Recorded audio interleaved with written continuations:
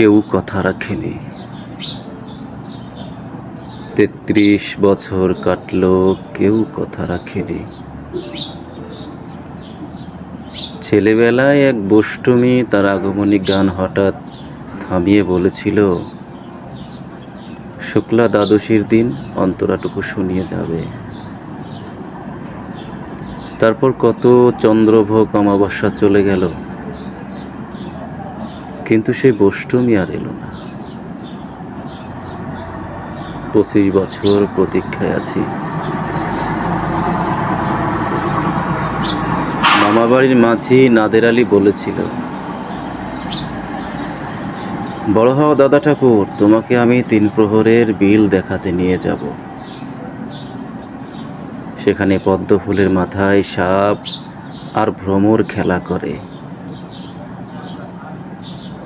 নাদের আলী, আমি আর কত বড় হব? আমার মাথা এ ঘরের ছাদ ফুঁড়ে আকাশ স্পর্শ করলে তারপর তুমি আমায় 3 প্রহরের বিল দেখাবে?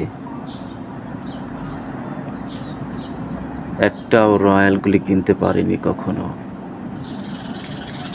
লাঠি লজেন্স দেখিয়ে দেখিয়ে চুষেছে লস্কর বাড়ির ছেলেরা।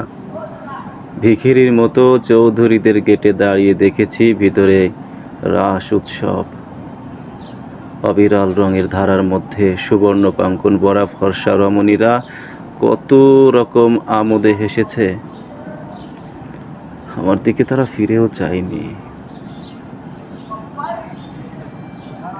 বাবা আমার কাঁধ ছুঁয়ে বলেছিলেন, দেখিস একদিন আমরাও।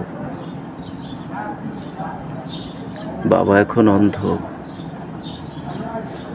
আমাদের দেখা হয়নি কিছুই। সেই রয়্যালগুলি, সেই লাঠি লজেন্স, সেই রাস উৎসব আমায় কেউ ফিরিয়ে দেবে না। বুকের মধ্যে সুগন্ধি রুমাল রেখে বরুণা বলেছিল,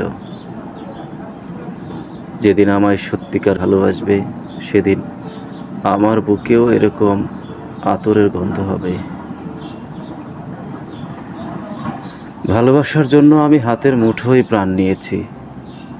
দুরন্ত ষাঁড়ের চোখে বেঁধেছি লাল কাপড়। বিশ্ব সংসার তন্ন তন্ন করে খুঁজে এনেছি 108টা নীল পদ্ম, তবু কথা রাখেনি বরুণা। এখন তার বুকে শুধুই মাংসের গন্ধ।